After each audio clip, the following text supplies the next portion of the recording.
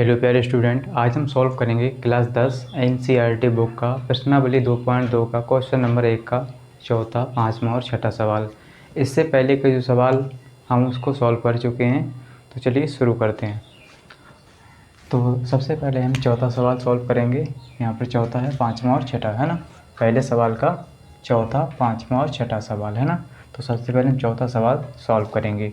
तो यहाँ पर क्या कहा गया है कि निम्न द्विघात बहुपदों के शून्य ज्ञात कीजिए और शून्यकों तथा गुणांकों के बीच के संबंध की सत्यता की जांच कीजिए। तो इसमें सबसे पहले में क्या करना है, शून्य ज्ञात करने एंड इसके बाद क्या करना है, शून्यकों तथा गुणांकों के बीच के संबंध की सत्यता की जांच करनी है ना। तो चलिए सबसे पहले हम क्या करेंगे, चौथा सवाल इसका सॉल्व करेंगे। तो सवाल को सॉल्व करने से पहले हम ये समझ लेते हैं द्विघात बहुपद किसे कहते हैं, है ना। तो द्विघात बहुपद हम किसे कहेंगे, द्विघात बहुपद हम किसे कहेंगे उसको समझते हैं, है ना। तो ऐसा बहुपद जिसमें क्या हो, चर की अधिक से अधिक दो घात हो, उसे हम द्विघात बहुपद कहेंगे। तो यहाँ पर एक एग्जाम्पल की सहायता से समझ लेते हैं। मान लीजिए यहाँ पर है 2x² प्लस 8x प्लस का 8 है ना। तो ऐसा बहुपद जिसमें चर की अधिक से अधिक कितनी घात हो, 2 है ना, उसे हम द्विघात बहुपद कहेंगे। तो इसमें बताइए चर की जो अधिकतम घात कितनी है ना, अधिकतम घात इसमें कितनी है, चर की 2 घात है, इसीलिए हम इसको द्विघात बहुपद कहेंगे। यहाँ पे चर क्या है, x है ना, तो इसकी कितनी घात है, 2, इसीलिए हम क्या कहेंगे, इसको द्विघात बहुपद है ना। तो द्विघात बहुपद आप समझ गए होंगे। अब हम समझेंगे कि द्विघात बहुपद का व्यापक रूप क्या होता है ना। तो द्विघात बहुपद का व्यापक रूप क्या होता है, व्यापक रूप है ना। इसका व्यापक रूप क्या होगा द्विघात बहुपद का, ax² है ना प्लस bx और प्लस में c, ये होता है इसका व्यापक रूप है ना।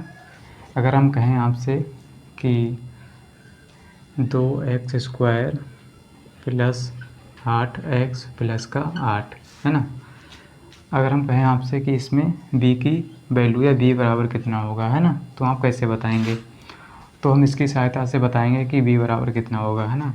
तो यहाँ पर देखिए b की जगह कितना काम कर रहा है, 8 है ना, यहाँ पर b है, यहाँ पर कितना 8 है ना। तो b की जगह पर यहाँ 8 काम कर रहा है, तो यहाँ पर b बराबर कितना हो जाएगा, 8 हो जाएगा, है ना। इसी तरह से यहाँ पर देखिए c लास्ट में क्या है, c, तो c की जगह 8 काम कर रहा है यहाँ भी, तो c बराबर 8 हो जाएगा। और यहाँ पर a की जगह क्या काम कर रहा है, 2, तो यहाँ पर a बराबर हो जाएगा 2, है ना। तो आई होप आप समझ गए होंगे। चलिए सवाल को सॉल्व करेंगे, है ना, सवाल की ओर बढ़ते हैं। तो सबसे पहले हम चौथा सवाल सॉल्व करेंगे, इसका पहले का चौथा सवाल। तो चौथा सवाल क्या है, देखिए थोड़ा अलग है इससे लिखा हुआ, तो इसको हम सही करके लिख लेते हैं ना। इसमें देखिए a की जगह क्या काम करेगा, 4, और b की जगह पर 8 काम करेगा, और c की वैल्यू इसमें नहीं दी हुई है। तो हम क्या करेंगे, देखिए इसमें यहाँ पर कितना है, 4u² प्लस 8u है ना। यहाँ पर देखिए c नहीं है, यानी c की वैल्यू नहीं है, तो हम क्या करेंगे, इसको क्या है, 0 मान लेते हैं ना। यहाँ पर 0 प्लस में कर लेते हैं। तो यहाँ पर देखिए क्या है, a की जगह क्या काम करेगा, देखिए यहाँ पर लिख लेते हैं ax² प्लस का bx प्लस का c है ना। इसका व्यापक रूप होता है ये द्विघात बहुपद का। तो a की जगह 4 काम करेगा, है ना, a की जगह 4 और b की जगह पर 8, c की जगह पर 0 काम करेगा, है ना, 0 रहेगा, c बराबर कितना, 0 या 0, है ना। चलिए सवाल को सॉल्व करते हैं अब। तो यहाँ पर कितना हो जाएगा, इसको सॉल्व करेंगे, देखिए 4u² प्लस का 8u है ना, बराबर में 0 आएगा इसके, है ना। तो यहाँ पर देखिए कुछ कॉमन दिख रहा है ना, हमें एक जैसा दिख रहा है, तो हम क्या करेंगे, उसको ब्रैकेट के बाहर यानी कॉमन ले लेंगे। तो अगर आपको समझ में नहीं आ रहा तो हम क्या करेंगे, उसको तोड़ के लिख लेते हैं, 4 गुणा इसको क्या लिख सकते हैं, u² को u गुणा u है ना, प्लस 4 गुणा में 2 और गुणा में u, ऐसा लिख सकते हैं ना। तो 4 दूनी 8 u है ना, 8u हो जाएगा, बराबर में रहेगा 0। तो अब बताइए इसमें क्या कॉमन है, 4 यहाँ भी है और 4 यहाँ भी है ना, u यहाँ पर भी है, u यहाँ पर भी है। तो हम क्या करेंगे, 4u कॉमन ले लेंगे, 4u ब्रैकेट में बचेगा अंदर, 4u कॉमन हो गया, 4u, तो यहाँ पर बचेगा u प्लस में बचेगा यहाँ पर 2 ब्रैकेट बंद बराबर में 0 है ना। तो एक बार इसके बराबर 0 रहेगा, एक बार इसके बराबर 0 है ना। तो 4u बराबर एक बार 0 लिखेंगे हम, है ना, और एक बार क्या करेंगे u प्लस 2 बराबर 0 लिखेंगे, है ना। तो यहाँ पर कितना हो जाएगा, देखिए 4 को हम बराबर के इस तरफ भेज देंगे तो यहाँ पर हो जाएगा u बराबर 0, है ना।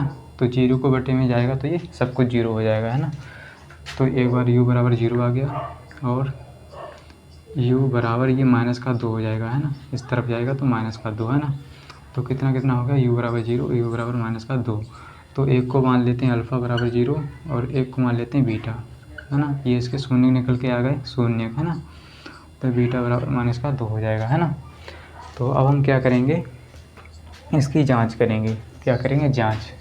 चलिए इसकी जांच करते हैं, है ना। तो सबसे पहले क्या करेंगे, शून्यकों का योगफल, है ना। शून्यकों का योगफल क्या होता है, अल्फ़ा प्लस बीटा।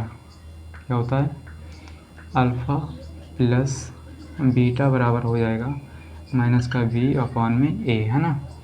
तो अल्फ़ा प्लस बीटा बराबर होता है माइनस का b अपॉन a, है ना। तो यहाँ पर अल्फ़ा बराबर 0 और बीटा बराबर माइनस का 2, है ना। तो 0 प्लस माइनस का 2 रहेगा बराबर में माइनस का क्या है b, है ना। b की वैल्यू देखिए क्या है यहाँ पर 8, है ना, 8। तो b बराबर यहाँ 8 काम कर रहा है तो हम 8 लिखेंगे, है ना। माइनस का यहाँ पर हो जाएगा 8 क्योंकि यहाँ पर माइनस है, बटे में a की जगह क्या है देखिए 4, है ना। क्या है 4, तो इससे ये कैंसिल हो गया, 4 एकम 4, 4 दूनी 8, है ना। तो यहाँ पर बचा माइनस का 2 बराबर में ये भी माइनस का 2 बटे 1, है ना। बटे में 1 लिखें या ना लिखें, तो यानी यहाँ पर हमारा प्रूफ हो जाता है, यानी सिद्ध हो जाता है। तो दोनों साइडें बराबर आ गई, है ना। अब हम करेंगे, क्या करेंगे, अल्फ़ा इंटू बीटा यानी शून्यकों का गुणनफल ज्ञात करेंगे। तो अल्फ़ा इंटू बीटा, है ना, अल्फ़ा इंटू बीटा बराबर हो जाएगा c अपॉन में a, है ना। तो अल्फ़ा की जगह 0 और गुणा बीटा की जगह माइनस का 2, है ना।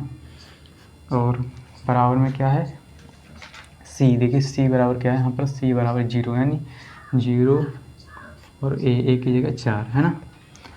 तो यहाँ पर c की जगह क्या है 0, यानी कुछ भी नहीं, यहाँ पर 0 होगा, 0 काम कर रहा है c की जगह पर, तो यहाँ पर सब कुछ 0 हो जाएगा, है ना। तो यहाँ भी 0 हो जाएगा, 0 की गुणा करेंगे जिस संख्या से वो 0 हो जाएगा, 0 बराबर 0, है ना। तो यानी यहाँ पर भी हमारा प्रूफ हो जाता है, सिद्ध हो जाता है ना। तो ये इसका पहला सवाल यानी चौथा, पहले सवाल का चौथा सवाल सॉल्व हो जाता है। अब हम करेंगे इसका पाँचवा सवाल सॉल्व करेंगे। तो अब हम सॉल्व करेंगे क्वेश्चन नंबर 1 का पाँचवा सवाल क्या है, इसको नोट कर लेते हैं। तो t² माइनस का 15, है ना। तो यहाँ पर देखिए a की जगह क्या काम करेगा 1, है ना, इसके गुणा में 1 है तो 1 काम करेगा। b की जगह यहाँ पर कुछ भी नहीं तो 0 होगा, c की जगह -15, है ना। तो यहाँ पर इसको सॉल्व करेंगे हम, t² माइनस का 15 और बराबर में 0 रहेगा, है ना, कुछ भी नहीं तो 0। अब क्या करेंगे, इस 15 को इस तरफ भेज देंगे तो t² हो जाएगा प्लस का 15, है ना। अब क्या करेंगे, इस स्क्वायर को भी इस तरफ भेजेंगे तो t बराबर हो जाएगा, ये रूट में हो जाएगा 15, है ना, रूट में 15, वो भी प्लस माइनस का, है ना। तो एक बार t बराबर आएगा प्लस का 15, है ना, t बराबर आएगा प्लस का 15 रूट में, एक बार आएगा t बराबर माइनस का रूट में 15, है ना, रूट में रूट 15, है ना, वो भी माइनस का, एक बार प्लस का एक बार माइनस का, है ना। तो यहाँ पर जब भी रूट यानी आता है तो प्लस माइनस दोनों चिन्ह आते हैं ना। चलिए अब क्या करेंगे हम, ये आ गया इसके शून्य निकल के, है ना। एक को अल्फ़ा मान लेते हैं, अल्फ़ा मान लेते हैं रूट 15 वो भी प्लस का, है ना, और एक को बीटा मान लेते हैं, बीटा बराबर माइनस का रूट में 15, है ना। अब क्या करेंगे, इसकी जांच करेंगे हम, है ना, क्या करेंगे जांच। चलिए अब इसके शून्य निकालेंगे, यानी शून्यकों का योगफल निकालेंगे। तो शून्यकों का योगफल होता है अल्फ़ा प्लस बीटा बराबर माइनस का b अपॉन में a।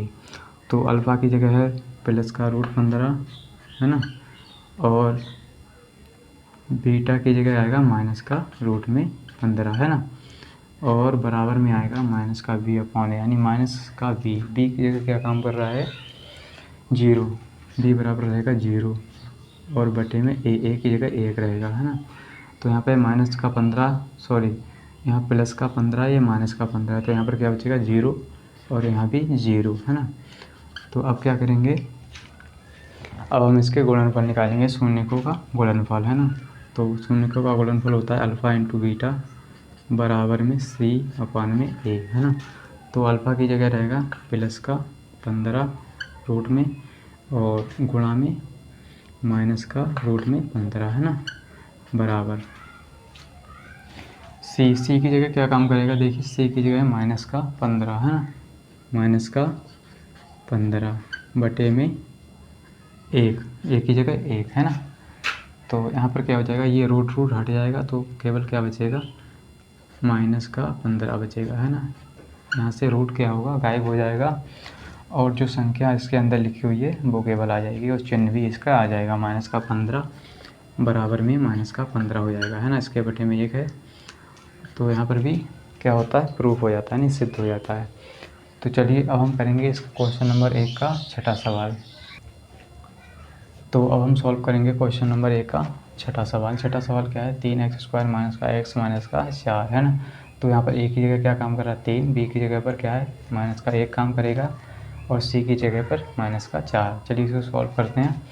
तो सबसे पहले हम क्या करेंगे, इसके गुणनखंड निकालेंगे, यानी गुणनखंड करेंगे, है ना। तो गुणनखंड कैसे करते हैं हम, जो x² का गुणांक है इसकी गुणा अंतिम पद से करते हैं, है ना। तो अंतिम पद का 4, तो चलिए इसकी गुणा कर देते हैं 3 गुणा 4, है ना। तो 3 चौके 12 हो जाएगा, है ना। तो अब इसके दो ऐसे भाग कर दो कि गुणा करने पर 12 आ जाए, है ना। ऐसी दो संख्या ढूंढेंगे कि गुणा करने पर 12 आ जाए और यहाँ इसके आगे माइनस का चिन्ह, इसीलिए घटाने पर 1 आना चाहिए, है ना। घटाने पर हमें कितना डालना 1, है ना, और गुणा करने पर 12।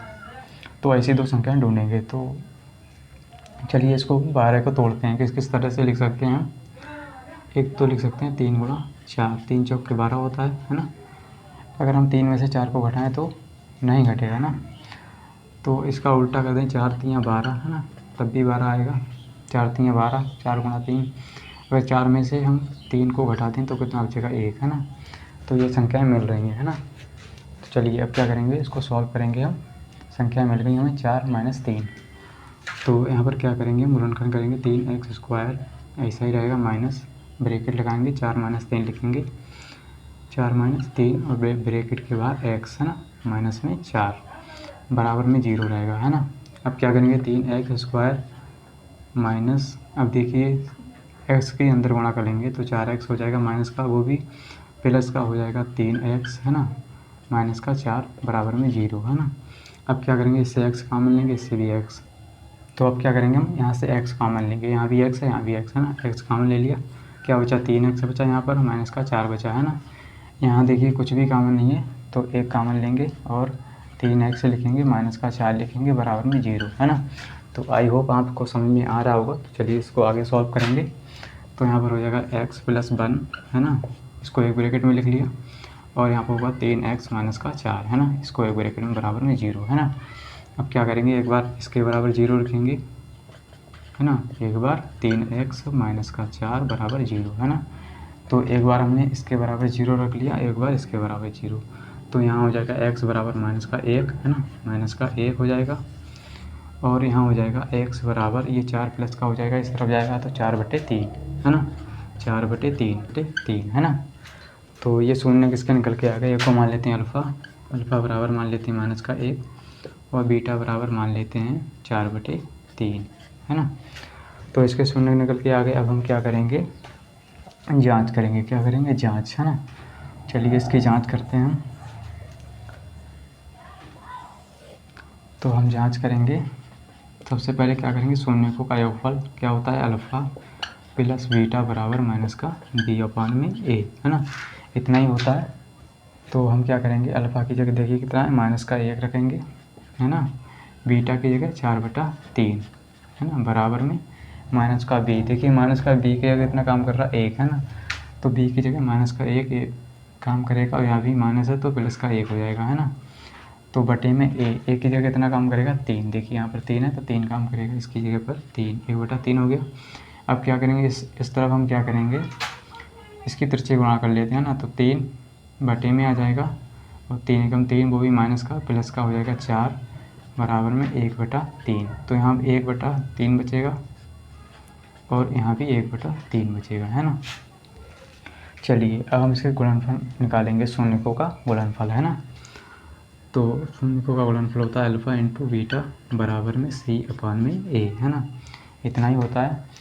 तो अल्फ़ा की जगह कितना -1 गुणा बीटा की जगह 4/3 बराबर C की जगह कितना काम करेगा, यहाँ पर देखिए C की जगह पर -4 है ना, तो -4 और A की जगह 3 है ना, A की जगह 3 अपान में A है तो A की जगह 3, तो यहाँ हो जाएगा -4/3 और यहाँ भी -4/3।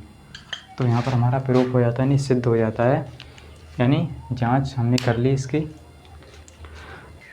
तो उम्मीद करता हूँ कि हमको ज़रूर समझ में आया होगा। अगर वीडियो अच्छा लगा है तो वीडियो को लाइक कर दीजिए एंड चैनल को सब्सक्राइब कर लीजिए। मिलते हैं अगली वीडियो के साथ, आज के लिए इतना ही, जय हिंद।